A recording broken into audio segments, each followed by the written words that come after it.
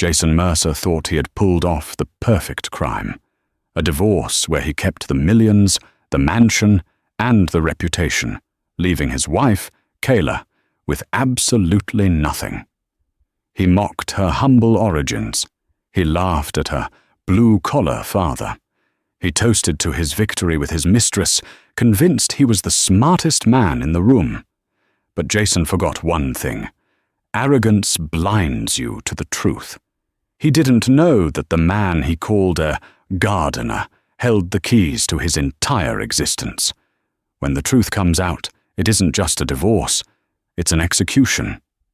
The air inside the Los Angeles County Superior Courtroom was stale, recycled, and smelled faintly of floor wax and despair. For Jason Mercer, however, it smelled like victory. He sat at the defendant's table, leaning back in his chair with a calculated nonchalance that bordered on insolence. He adjusted the cuff of his bespoke Brioni suit, glancing at his reflection in the polished mahogany table.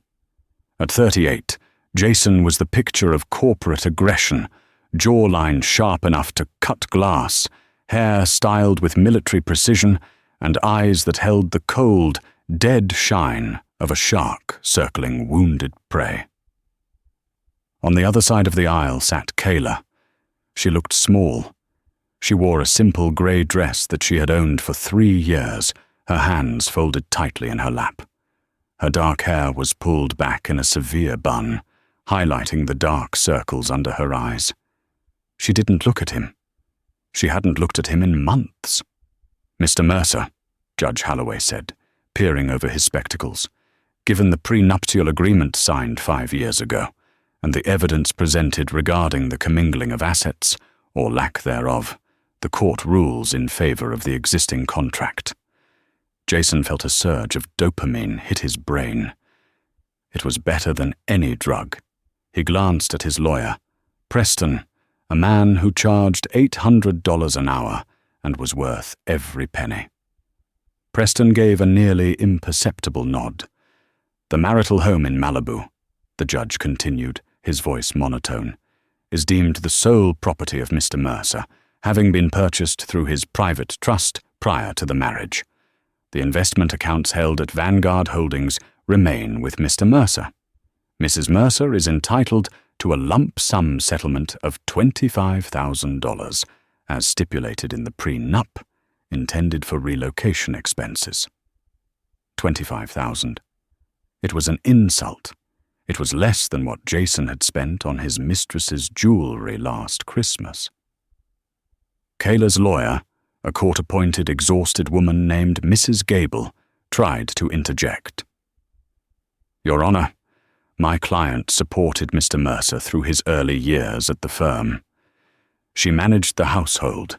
The contract is clear, Counselor," Judge Holloway interrupted, slamming the gavel. "Case closed." The sound of the gavel was like a gunshot that signaled the end of Kayla's life as she knew it. Jason stood up immediately, buttoning his jacket. He turned to Kayla, a smirk playing on his lips. "Well," Jason said, his voice smooth and carrying well in the quieting room, "that went better than expected. Don't you think, Elle?" Kayla slowly stood up. She gathered her thin file of papers. She finally looked at him. Her eyes were brown, deep, and unreadable. There were no tears. That annoyed Jason. He wanted tears. He wanted begging. "I just want my clothes, Jason," she said softly. "I'll have the housekeeper box them up," Jason laughed, checking his Patek Philippe watch. "Actually, I'll have them left on the curb. I'm having the locks changed at noon. You know how it is. Security protocol." "You don't have to be cruel," she whispered. Jason stepped closer, invading her personal space. He smelled of expensive musk and mint. "Cruel? Cruel is trapping a man with potential into a mediocre life, Kayla. You were a majestic mistake. I needed a wife for the image, and you fit the bill for a while. But I'm a partner at Oakhaven Capital now. I need someone who shines. not someone whose father smells like fertilizer. Kayla flinched. It was the only reaction he'd got. "Leave my father out of this," she said, her voice trembling slightly. "Ah, yes. The gardener. The landscaper. Whatever he is." Jason waved a dismissive hand. "Take your 25 grand, Kayla. Go back to Idaho or wherever that dirt farm is. Buy yourself a nice trailer. You're done here." Jason turned on his heel and walked out of the courtroom, his lawyer trailing behind him like a loyal hound. As he pushed through the double doors into the bright, harsh hallway, Jason pulled out his phone. He dialed a number. "It's done," he said, his voice booming. "Total victory. She got crumbs. I kept the bakery. Meet me at Le Sommet in an hour. We're celebrating." He hung up and laughed, the sound echoing off the marble walls. He felt invincible. He had shed the dead weight. He was rich, he was single, and he was the rising star of Los Angeles finance. Nothing could touch him. Le Sommet was the kind of restaurant where the menus didn't have prices, and the waiters judged your shoes before they poured your water. It sat on the 71st floor of the U.S. Bank Tower, offering a panoramic view of Los Angeles, a sprawling grid of smog and ambition. Jason sat at the best table in the house, a corner booth overlooking the helipad. Across from him sat Sienna. Sienna was everything Kayla was not. She was blonde, loud, and dripped in labels. She wore a red Versace dress that was barely legal, and she laughed with her mouth open, showing off veneered teeth that cost more than Kayla's settlement check. "So, she really got nothing?" Sienna asked, her eyes wide as she twirled the stem of her champagne flute. "Like zero?" 25 large, Jason chuckled, slicing into a Wagyu ribeye that cost $300. Basically nothing. It covers her bus ticket home and maybe a few months of rent in a basement somewhere. Sienna giggled. "You're so bad, Jason. I love it. But wait, didn't you say her dad was going to be a problem? I remember you telling me she threatened to call him." Jason scoffed, taking a long sip of the 1998 Dom Perignon. "Kayla's threats are as empty as her bank account. Her father is a nobody, Sienna. His name is Arthur. He runs some landscaping crew up north, digs holes, plants petunias. I met him once at the wedding. Old guy, calloused hands, wore a suit that looked like he bought it at a thrift store. He didn't say 2 words to me, just stared." "Creepy," Sienna shivered. "Not creepy.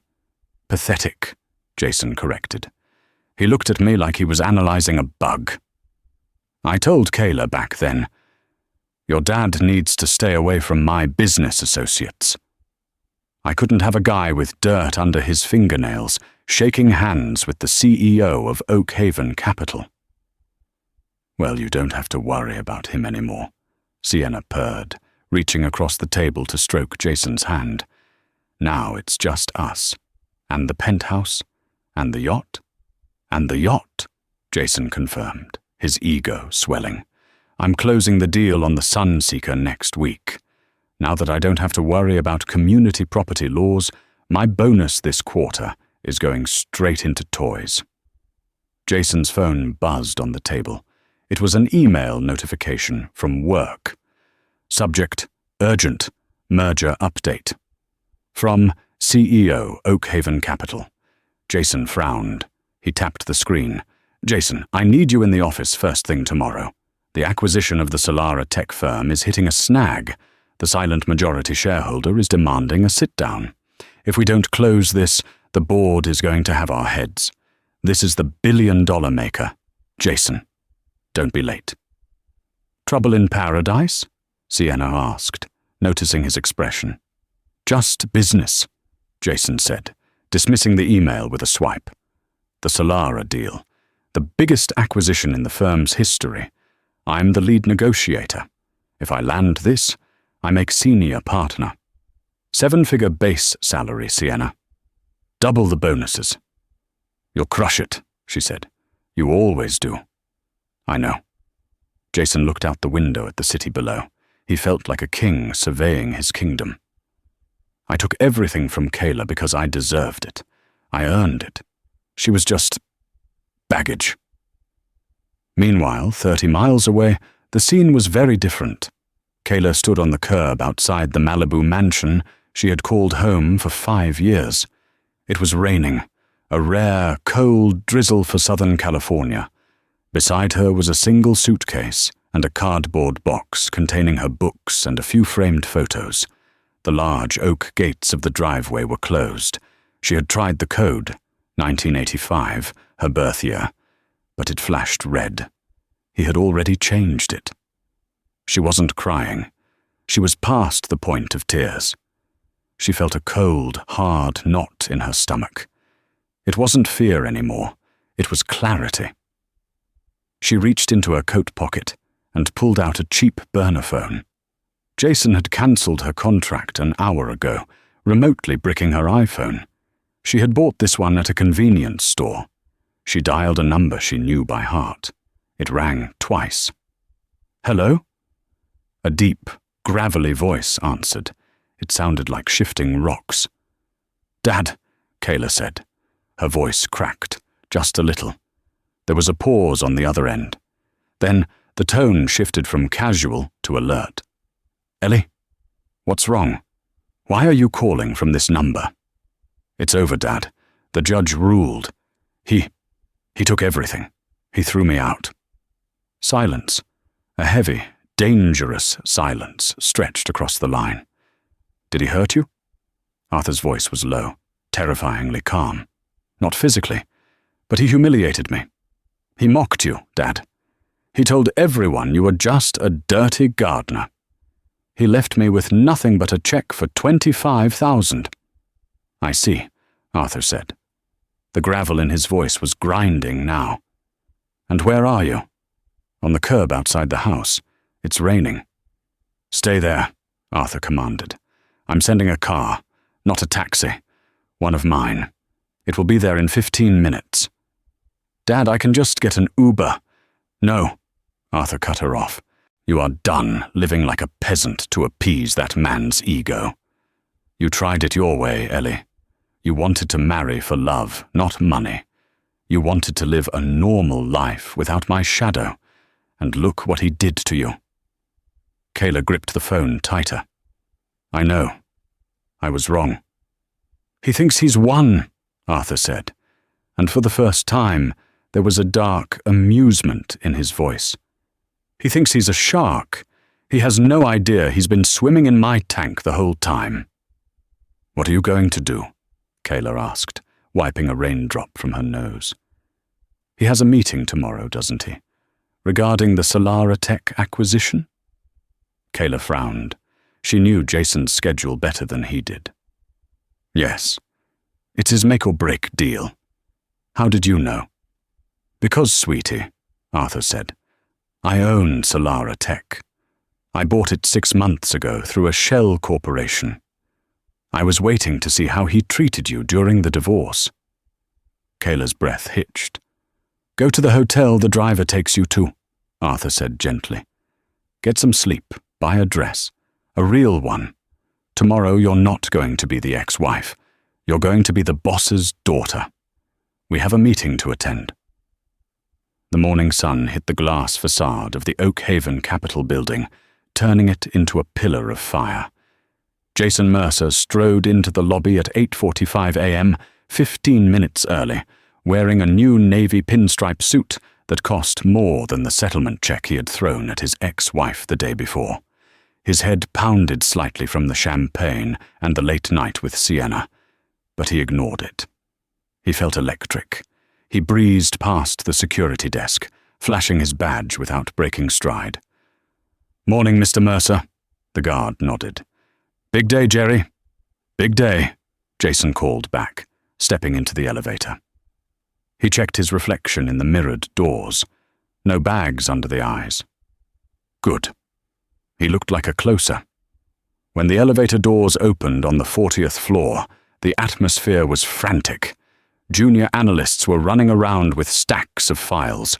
Phones were ringing, and the smell of nervous sweat was palpable. This was the day of the Solara Tech acquisition. If this deal went through, Oakhaven Capital would own the patent for a revolutionary new battery technology that every electric car manufacturer in the world was desperate for. Jason walked to his corner office, where his assistant, a young woman named Chloe, was frantically typing. "Coffee, black, 2 shots," Jason ordered, throwing his briefcase on the desk. "And get me the final prospectus for Solara. I want to review the numbers one last time before the shareholders arrive." "Mr. Mercer," Chloe said, her voice shaking. "Mr. Winston wants to see you. Immediately." Jason paused. Winston was the CEO, a man of few words and even fewer emotions. If he wanted to see Jason before the meeting, it was either very good or very bad. "Relax, Chloe," Jason winked.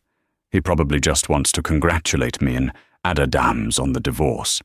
Free man, clear mind." Jason walked down the hall to the CEO's office. He knocked once and entered. Winston sat behind a desk that looked like it had been carved from a single redwood tree. He was a heavy-set man with white hair and eyes like flint. He wasn't smiling. "Sit down, Jason," Winston grunted. Jason sat, keeping his posture relaxed. "Everything ready for the Solara team? I've got the contracts prepped. We're going to lowball them on the initial valuation. Then—" "Forget the valuation," Winston interrupted. "We have a problem. The majority shareholder changed his representation this morning, at 6 best a.m. Jason frowned. "Changed representation? Who is it? Goldman? J.P. Morgan?" "No," Winston said, sliding a piece of paper across the desk. "It's a private holding company called Titanium Ventures. They invoked a clause in the pre-negotiation agreement. They are sending the owner directly. No intermediaries." "So, let him come," Jason scoffed. "Some tech nerd from Silicon Valley in a hoodie? I'll eat him alive, Winston. I just destroyed my ex-wife's legal team yesterday. I'm in the zone."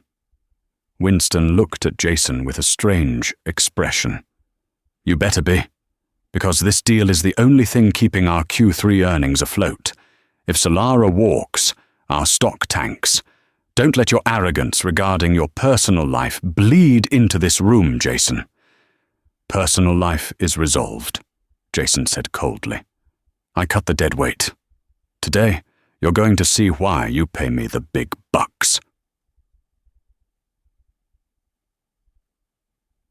While Jason was preparing for battle, Kayla was preparing for a resurrection.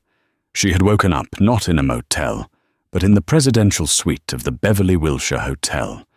The bed sheets were Egyptian cotton, softer than anything she had slept on in the last 5 years of her marriage. She sat up, looking around the opulent room. Crystal chandeliers, fresh lilies in vases, a breakfast cart waiting with fresh fruit and pastries.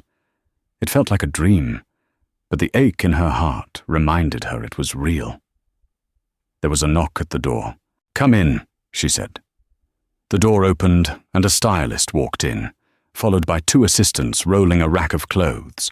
Behind them walked her father. Arthur didn't look like the man Jason had mocked. Gone were the flannel shirt and the work boots he wore when he visited the house to play with the dog. He was wearing a bespoke charcoal suit that fit his broad shoulders perfectly. He wore a watch that cost more than Jason's car, but his face was the same, weathered, kind, but currently set in stone. "Dad," Kayla whispered. She got out of bed and ran to him, hugging him tightly. Arthur held her for a long moment, stroking her hair. "I'm sorry I let it go on this long, Ellie. I wanted to respect your wishes. You wanted to build a life on your own terms. I admired that. But I will not stand by and watch a man treat my daughter like trash." Kayla pulled back, wiping her eyes. "I felt so stupid, Dad. I tried so hard to be the perfect wife. I clipped coupons. I cooked every meal. I supported him when he was just a junior associate, and he looked at me yesterday like I was dirt. He looked at you that way because he is small, Arthur said firmly, and small men need to make others feel smaller to feel big themselves. Today, we remind him of his size. Arthur gestured to the clothes rack. I had my team pull these. Choose whatever you want, but choose something that says power. You are not the victim today, Kayla. You are the heir to the Solara Empire. Kayla looked at the clothes. Chanel, Dior, Alexander McQueen. She ran her fingers over a structured white blazer and pantsuit. It was sharp, professional, and commanding. That one, she said. Good choice, Arthur smiled. Get dressed. The car is downstairs. We have a 10 a.m. meeting to crash. Dad, Kayla paused, holding the blazer. Does he know? About Solara. He knows Solara is the company he wants to buy. Arthur's eyes twinkled with a dangerous light. He doesn't know that Solara is the holding company for my landscaping business. He thinks I plant tulips, Kayla. He forgets that to plant a garden, first you have to dig up the dirt. The conference room at Oakhaven Capital was designed to intimidate. 3 walls were floor-to-ceiling glass, offering a dizzying view of Los Angeles. The 4th wall was lined with awards and accolades of the firm's victories. Jason sat at the center of the long table, flanking Winston. On the other side were 3 empty chairs. It was 10:05 a.m. They're late, Jason muttered, tapping his pen on the legal pad. Disrespectful. We should knock 5% off the offer price just for the tardiness. Patience, Winston warned. Jason checked his phone. A text from Sienna. Thinking of you, Tiger. Buy me something pretty when you close the deal. He smirked. He would buy her a car. Why not? Suddenly, the heavy glass doors swung open. The receptionist, Sarah, looked flustered. Mr. Winston, Mr. Mercer, the representatives from Solara are here. Jason stood up, buttoning his jacket, putting on his shark smile. About time. Send them in. A man walked in first. Jason's smile froze. His brain short-circuited. It was Arthur. But it wasn't the Arthur he remembered from the wedding photos or the few brief, awkward encounters. This Arthur commanded the room the second he stepped in. The suit was impeccable. The grooming was precise. The air around him seemed to grow heavier. Jason blinked, confusion washing over him. Why was the gardener here? Did Kayla send him to beg for more money? Here? In the middle of the biggest meeting of the year? Excuse me, Jason barked, his face flushing with anger. This is a private meeting. Security. He looked at the receptionist. Sarah, why did you let him in? This is my ex-father-in-law. He's confused. Jason turned to Arthur, his voice dripping with condescension. Arthur, look, I know you're upset about the divorce, but you can't just walk into a corporate boardroom. We are waiting for the owners of Solara Tech. You need to leave. Now. Before I have you arrested for trespassing. Arthur didn't say a word. He didn't even look at Jason. He walked calmly to the head of the table, the seat reserved for the majority shareholder, and pulled out the chair. You can't sit there, Jason snapped, stepping forward aggressively. Are you deaf? I said get out. Winston, who had been watching Arthur with narrow, calculating eyes, suddenly stood up. His face went pale. Jason, Winston said, his voice sharp. Sit down. What? Winston, this is the gardener I told you about. He's trespassing. Sit down, Winston roared. Jason froze, shocked by his boss's tone. Arthur sat. He placed a thin leather folder on the table. He clasped his hands and finally looked at Jason. I believe, Arthur said, his voice deep and resonant, filling the room effortlessly, that you are waiting for the owner of Solara Tech. I am here. Jason let out a nervous, incredulous laugh. You? You own Solara? You fix sprinklers, Arthur. You own a beat-up truck and live in the middle of nowhere. I own a landscaping company, yes, Arthur said calmly. It's called Terraform Global. We handle environmental restructuring for governments. We reforest deserts. We build dams. And as a hobby, I invest in green energy technology, specifically Solara tech. Jason's mouth opened, but no sound came out. He looked at Winston. Winston was nodding slowly, recognizing the name Terraform. It was a multi-billion-dollar conglomerate. But, Jason stammered, but Kayla, she worked as a waitress when I met her. She drove a Honda. My daughter, Arthur said, his voice dropping an octave, becoming colder, wanted to know that the man she married loved her for who she was, not for what her father could buy. She wanted to build a life with you from the ground up. Arthur leaned forward. She thought you were a builder, Jason. Turns out you're just a demolitionist. This is ridiculous, Jason said, trying to regain his footing, though sweat was starting to prickle on his forehead. Fine. So you have money. Congratulations. That doesn't change the fact that we are here to discuss a business acquisition. Oakhaven is the best buyer for Solara. You know it. Business is business, Arthur. Let's not make this emotional. I agree, a female voice said from the doorway. Let's keep it strictly professional. Jason whipped his head around. Kayla walked in. She was breathtaking. The white suit made her look like a modern-day Valkyrie. Her hair was down, cascading in waves. She wore heels that clicked rhythmically on the floor as she walked toward the table. She didn't look like the defeated woman from the courtroom. She looked like a CEO.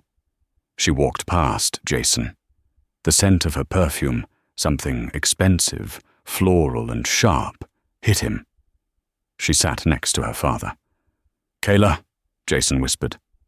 Mrs. Mercer, she corrected, then paused. Actually, it's Miss Adams now. I'm taking my father's name back. Mercer never really fit. You, Jason pointed a shaking finger. You're part of this. I'm the CFO of Solara Tech, Kayla said smoothly, opening her own folder. I've been managing the remote accounts for years. You just never asked what I did on my laptop while you were watching football, Jason. You assumed I was browsing for recipes. The silence in the room was deafening.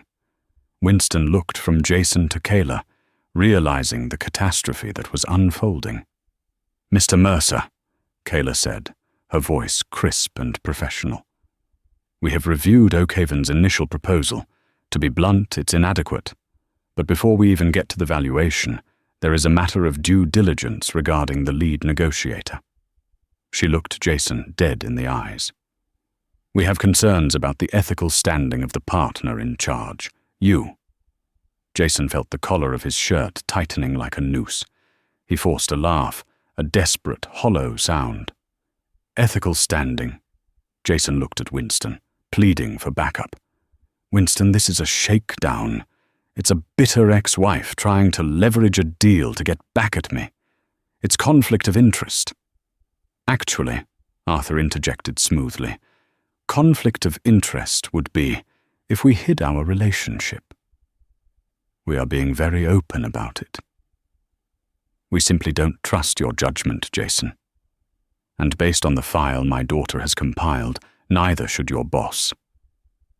Kayla slid a document across the polished table toward Winston. What is this? Winston asked, putting on his reading glasses. That, Kayla said, is a record of the creative accounting Jason used to hide assets during our divorce proceedings. He moved $3 million into offshore accounts in the Caymans under the shell name Blue Horizon. He did this while claiming to the court that his liquidity was tied up in market fluctuations. Jason's face drained of color. That's a lie. That's privileged information. It's not privileged if you used Oakhaven's servers to execute the transfers, Kayla countered. You logged in from your work terminal. IP address 192.168.0 and 45. Timestamp 11:42 p.m., 3 days before the initial filing. Winston flipped through the pages. His face grew darker with every page flip. "Jason," Winston said, his voice low and dangerous. "Did you use firm resources to hide personal assets? You know that exposes Oakhaven to federal auditing. If the SEC sees this—" "It's a fabrication," Jason shouted, standing up. "She hacked me. She's lying." "Sit down, Jason," Arthur commanded. This time, Jason sat. "There's more," Kayla continued, her voice steady, relentless. "The Solara deal. You've been bragging to the board that you can acquire us for 40% below market value because the owner is passive and uneducated. You noted in your internal memo, page 4, paragraph 2, that you intended to strip the company of its patents and liquidate the workforce within 6 months. Kayla looked at her father. "My father spent 30 years building that workforce. They have pensions. They have families. And you plan to fire them all by Christmas to boost your quarterly bonus." "That's standard business practice," Jason yelled. "It's restructuring." "It's greed," Arthur said. "And it's short-sighted. You see, Jason, you missed the real value of Solara. It's not the patents, it's the engineers. You were going to fire the geese that lay the golden eggs just to sell the feathers." Winston closed the file. He took off his glasses and rubbed the bridge of his nose. He looked at Jason with pure disgust. "Jason," Winston said, "you told me you had a rapport with the Solara ownership. You told me this was a lock. You didn't tell me you had just dragged the daughter of the owner through a hostile divorce and defrauded the court using my servers." "I can fix this," Jason pleaded. "Winston, look, I can get the price down. We can—" "You can't do anything," Arthur said, "because Solara is not selling to Oakhaven." Jason froze. "What?" "We aren't selling," Arthur repeated. "We came here to tell you that personally. We are going with a competitor. Global Tech Industries offered us a fair price, and they guaranteed the jobs of our workforce." "Global Tech?" Jason gasped. "They're our biggest rivals. If they get the battery tech, Oakhaven becomes obsolete in the energy sector." "Exactly," Kayla said. A small, cold smile touched her lips. "It's called the free market, Jason. Karma is just a market correction." "But," Jason looked around the room, the walls closing in. "But I have options. I have shares." "About those shares," Arthur said, leaning back. "Since the divorce settlement was finalized yesterday, and you insisted on keeping all your premarital assets strictly separate, those assets are yours. But you also insisted that Kayla take a cash settlement instead of stock options. That was a mistake." "Why?" Jason whispered. "Because," Kayla answered, "Solara Tech just filed a patent infringement lawsuit against Oakhaven's current energy holdings. We filed it this morning at 9 a.m. Winston's head snapped up. "You what?" "Oakhaven has been using a derivative of our battery cooling tech for 3 years, Kayla explained. "I knew about it, of course. I noticed the specs in Jason's papers at home. I didn't say anything because I was his wife. I was loyal. But now, I'm just a competitor." "A lawsuit like that," Winston murmured, his face ashen. "That will freeze our assets. Our stock will plummet." "It already has." Arthur checked his watch. "Markets opened 30 minutes ago. News of the lawsuit leaked. Oakhaven stock is down 12%. By lunch, it will be 20%. Jason pulled out his phone. The screen was filled with red arrows. His portfolio, his millions, his leverage, his entire net worth, which was tied up in company stock, was evaporating before his eyes. "You're ruining me," Jason rasped. He looked at Kayla. "You're destroying the firm. You're destroying me." "No, Jason," Kayla said softly. She stood up, smoothing her white blazer. You did this. You wanted to win. You wanted the total victory. You wanted to leave me with nothing." She leaned over the table, her face inches from his. "You wanted a stranger for a wife because you thought I was boring. Well, meet the stranger, Jason. Do I shine enough for you now?" Winston stood up. He looked at Jason like he was a dead rat on the carpet. "Jason," Winston said, "pack your things. You're fired, effective immediately, and don't bother asking for severance. We're going to need that money to fight the SEC when they come knocking about those offshore accounts." Jason sat paralyzed. The room spun. The view of Los Angeles, which had looked like a kingdom an hour ago, now looked like a ledge. Arthur stood up and offered his arm to his daughter. "Ready to go, Miss Adams?" "Ready, Mr. Adams," Kayla smiled. They turned and walked out of the glass room, leaving Jason Mercer sitting alone in the silence of his own making. The walk from the conference room to the elevator was the longest journey of Jason Mercer's life. It wasn't just a walk, it was a parade of humiliation. Winston hadn't just fired him, he had triggered the rogue employee protocol.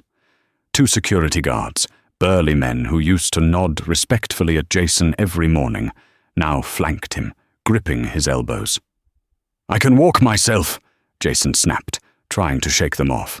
"Company policy, sir," one guard said, his voice void of any deference. "Hands where we can see them." They marched him past the bullpen. The news had traveled faster than light. Heads turned. Whispers hissed like steam escaping a pipe. The junior analysts, the ones Jason had terrorized for missed commas or cold coffee, watched with wide, hungry eyes. They weren't sympathetic. They were witnessing a public execution, and they couldn't look away. Chloe, his assistant, stood by her desk, holding a cardboard box. She didn't look sad. She looked relieved. "Here are your personal effects, Mr. Mercer," she said, shoving the box into his chest. It was light, a framed photo of himself, a stress ball, and a fountain pen. "Chloe, call my lawyer," Jason demanded, clutching the box. "I don't work for you anymore, Jason," she replied, turning back to her screen. "And the firm has blocked your number from the internal system." The elevator doors closed, sealing him in with the guards. As the numbers ticked down, 40, 39, 38, Jason's mind raced. He had to mobilize. He had to liquidate before the freeze hit. He burst out of the lobby and into the harsh sunlight of downtown Los Angeles. He fumbled for his phone, his fingers trembling uncontrollably. He dialed his broker. Voicemail. He dialed the offshore banker in the Caymans. "The number you have reached is no longer in service." Panic, cold and sharp, pierced his chest. Arthur wasn't bluffing. The SEC moved fast when a tip came from a multi-billion-dollar entity like Terraform. He needed an ally. He dialed Sienna. "Hey, baby," Jason said, forcing a casual tone, though his voice sounded high and thready. "Change of plans. Oakhaven is, well, it's a sinking ship. I got out. I'm thinking we take that trip to Saint-Tropez early. Pack a bag. I'll swing by." There was a pause on the line. Then, the sound of a zipper closing. "I saw the news, Jason," Sienna said. Her voice wasn't purring anymore. It was flat, metallic. "CNBC is reporting that you're under investigation for embezzlement and insider trading. They're saying Oakhaven stock is in free fall because of you." "It's a misunderstanding. I'm going to fix it. I just need access to the joint account I set up for us. I need to transfer—" "The account is empty, Jason." Jason stopped walking. The sidewalk seemed to tilt. "What?" "I withdrew it an hour ago," Sienna said. "Consider it a severance package. You promised me a yacht, remember? Since I'm not getting that, I took the cash." "Sienna, that's theft. That's my money." "Technically," she laughed, a cruel, sharp sound. "It was a gift.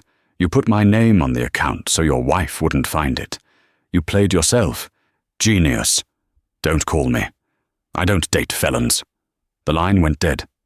Jason stood on the corner of 5th and Flower, surrounded by the noise of the city, utterly alone. He checked his banking app. Account status: frozen. Pending litigation. Case: Wire 449. B. Solara Tech vs. Mercer. He ran to the parking garage. He needed his car, his Porsche 911 Turbo S. It was his sanctuary. He reached the reserved spot. It was empty. A tow truck was just exiting the ramp, the gleaming black Porsche hooked onto the back. "Hey! Hey!" Jason sprinted after it, his expensive dress shoes slapping against the concrete. "Stop! That's my car!" The tow truck driver didn't stop. He just pointed to a clipboard through the window. "Bank repo order, pal. Payment bounced this morning." Jason watched his car disappear into the traffic. He dropped the cardboard box. The photo frame shattered. He had no car, no job, no access to his millions. His friends were undoubtedly deleting his contact info as he stood there. He patted his pockets. He had his wallet with $300 in cash and a platinum credit card that was likely already declined. He had to go home. The Malibu house. The judge gave it to him. It was his fortress. He hailed a taxi, an indignity in itself, and gave the driver the address. The ride took an hour. When they pulled up to the heavy iron gates of the Malibu estate, Jason's heart sank into his stomach. There was a chain around the gate. A large orange sticker was plastered on the intercom box. "Property seized, US Department of Justice evidence lockdown." 2 federal agents were standing by the front door, cataloging items.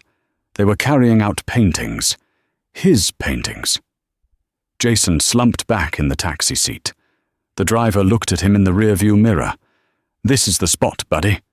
That'll be $80. Jason handed him a $100 bill, one of the last 3 he owned. "Keep driving," he whispered. "Where to?" "I don't know," Jason said, staring at the mansion he had fought so hard to keep from Kayla. "Just away from here." As the taxi pulled away, Jason's phone buzzed with a notification from a news app. Breaking. Kayla Adams, CFO of Solara Tech, announces new clean energy initiative for Los Angeles. Stock soars. Below the headline was a picture. It was Kayla, standing at a podium, looking radiant and powerful. Beside her stood Arthur, looking proud. They were holding hands. Jason threw his phone out the window. It shattered on the asphalt, just another piece of debris in the wreckage of his life. 6 months had passed since the glass walls of Oak Haven Capital shattered around Jason Mercer. In the relentless churning of the news cycle, the scandal of his firing, and the subsequent SEC investigation had already been relegated to the back pages of the business journals, replaced by newer, louder failures. But for Jason, the collapse was not a headline. It was his every waking moment. The setting for his latest humiliation was the Ritz-Carlton, a place where he had once commanded the best tables and tipped the staff with $100 bills without glancing at the denomination. Tonight, the hotel was hosting the Green Future Initiative Gala, the most exclusive event of the season. The grand ballroom had been transformed into a living sanctuary, a testament to sustainable luxury. Cascading vines of ivy draped from the balconies, and centerpieces of living white orchids bloomed on every table. The air smelled of jasmine and money, old money, new money, and clean money. Kayla Adams stood near the edge of the stage, a glass of sparkling water in her hand. She wore a gown of deep emerald silk that seemed to shimmer like forest leaves under the lights. It was structured yet flowing, a stark contrast to the rigid, stifling clothes Jason had always insisted she wear.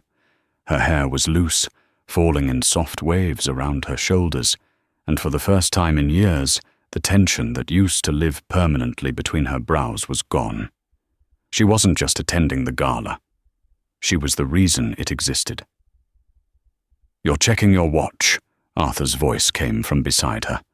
He appeared holding 2 small plates of hors d'oeuvres, looking dashing in a tuxedo that fit his broad frame perfectly. He looked less like a landscaper tonight, and more like the titan of industry he had always quietly been. Kayla smiled, taking a plate. Old habits, I guess. I still feel like I'm running on someone else's schedule. Like I'm going to be late for something I didn't want to go to in the first place. Those days are over, Ellie, Arthur said softly, his eyes scanning the room with a protective warmth. Look at them. They aren't here for the free champagne. They're here because they believe in what you've built. The solar grid project is going to save the city millions, and it's going to create thousands of jobs. You did that. We did that, she corrected gently. I just signed the checks, Arthur chuckled, biting into a tart. You did the work. You navigated the zoning laws.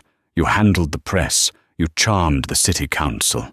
You're a natural, sweetie. I should have handed the reins over years ago. Kayla looked out at the sea of faces, politicians, tech moguls, celebrities. I think I needed to go through the fire first, Dad. I needed to know what it felt like to be nothing so I could appreciate being something. Arthur's expression darkened slightly. Speaking of nothing, I saw Winston earlier near the bar. Kayla raised an eyebrow. Winston? Jason's old boss? The man who wouldn't look me in the eye for 5 years because he thought I was generic wife material? The very same, Arthur nodded grimly. Oakhaven collapsed after the patent lawsuit. The SEC fines bled them dry. Winston managed to avoid prison, but just barely. He's consulting now, which is corporate speak for begging for scraps. He asked if he could get 5 minutes with you. To do what? Apologize, perhaps, or ask for a job. He knows Solara is hiring. Kayla let out a short, incredulous laugh. Karma really does have a sense of humor. It's not just humor, Ellie. It's gravity, Arthur said. What goes up without a foundation must come down. He gestured toward the open glass doors that led to the terrace. Beyond the velvet ropes and the red carpet, the valet stand was a hive of activity. Expensive cars were rolling up in a continuous stream. Ferraris, Bentleys, custom Teslas. Don't look now, Arthur said, his voice dropping to a low rumble. But I think our car is here, and I think you should see who is parking it. Kayla turned slowly. Outside, the night air was crisp. The valet team was swarming the entrance, running back and forth in their red vests. They moved with a frantic energy, trying to keep up with the demands of the elite guests. One valet was slower than the others. He moved with a heavy, trudging gait, as if gravity pulled on him harder than anyone else. He was older than the college kids working the line. His hair, once the subject of weekly appointments at the city's most expensive salon, was graying at the temples and overdue for a cut. A scruffy, uneven beard covered the jawline that he used to admire in the mirror every morning. It was Jason. Kayla felt the world tilt on its axis for a second. The man who had mocked her for counting coupons, who had laughed at her father's dirt farm, was now jogging to open the door of a Rolls-Royce Phantom. The driver of the Rolls was a young tech CEO, maybe 25 years old, wearing sneakers with his tuxedo. He looked exactly like Jason had looked 10 years ago, arrogant, fast, and untouchable. Careful with the paint, buddy, the young CEO snapped as he stepped out, tossing the heavy fob through the air without looking. That custom finish cost more than your life.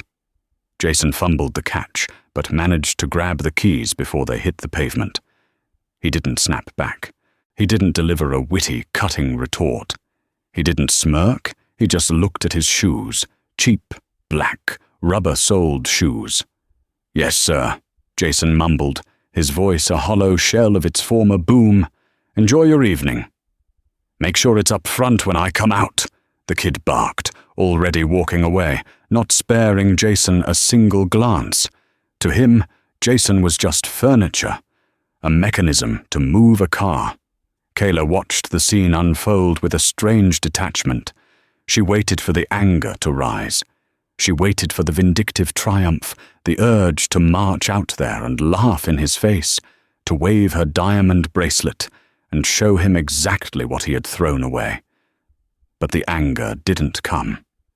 Instead, she felt a profound, quiet stillness. It wasn't pity. He didn't deserve pity. But it was a release. The monster in her memory shrunk down until he was just a sod, tired man in a polyester vest. "Do you want to go say hello?" Arthur asked, watching her face closely. "We could request him specifically to park the car. Maybe tip him a nickel.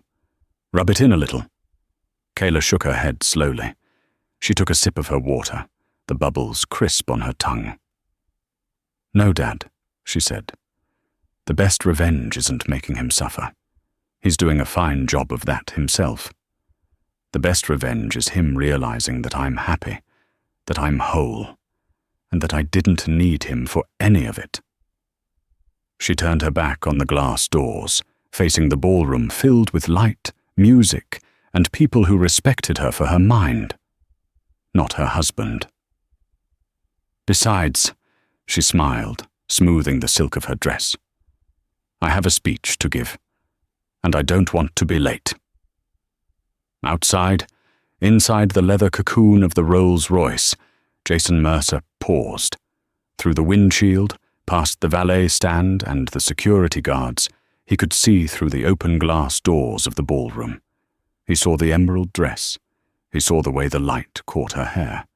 He saw her laughing at something Arthur said, a genuine, head-thrown-back laugh he hadn't heard in years because he had never given her a reason to use it. For a second, their eyes seemed to meet across the distance, the queen in her castle and the peasant at the gate. Jason felt a lump in his throat that was hard, jagged, and tasted like ash. He remembered the courtroom, the smell of floor wax, his own voice echoing, "Go back to the dirt farm." He looked at his hands gripping the steering wheel. They were rough now, chapped from the wind and the cold. He worked 2 jobs to pay for a studio apartment in the valley that smelled of damp carpet.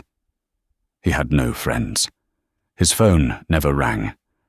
Sienna had married a hedge fund manager last week. He had seen the photos in a discarded magazine in the break room. He looked back at the ballroom, desperate for one more glimpse, one more acknowledgement, even if it was a look of hatred, anything to prove he still existed in her world. But Kayla had already turned away. She was walking toward the stage, her head held high, disappearing into the light. She wasn't looking at him. She would never look at him again. "Hey, Mercer, move the car!" the valet manager shouted, banging his fist on the window, startling Jason. "We got a line backed up to Wilshire. Move it or you're fired." Jason flinched, his heart hammering against his ribs. "I'm going," he muttered, his voice cracking. "I'm going." He shifted the Rolls-Royce into gear and drove away from the entrance, steering the luxury car toward the dark, concrete corners of the parking garage, leaving the warmth and the light far behind him. Inside the ballroom, the lights dimmed. A spotlight cut through the darkness, finding Kayla as she stepped up to the microphone. The announcer's voice boomed over the speakers, rich and celebratory. "Ladies and gentlemen, please welcome the architect of our city's new dawn, the CEO of Solara Tech, Ms. Kayla Adams." Thunderous applause erupted, filling the room, shaking the floorboards and drowning out the distant sound of a car engine fading into the night. Kayla took a breath, smiled at her father in the front row, and began to speak. Jason Mercer spent his life climbing a ladder, stepping on anyone who got in his way, convinced that the view from the top was the only thing that mattered. He mistook kindness for weakness, and silence for submission.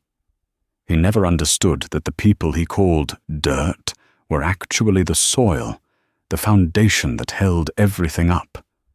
When he tried to bury Kayla and her father, he forgot the most important rule of nature. When you bury seeds, they grow. In the end, Jason didn't just lose his money. He lost his dignity, his legacy, and the only woman who had ever truly loved him.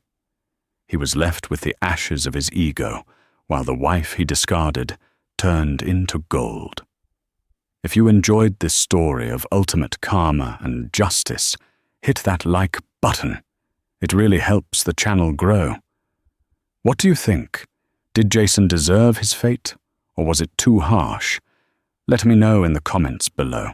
And don't forget to subscribe and ring the bell so you never miss a new story. Thanks for watching, and see you in the next video.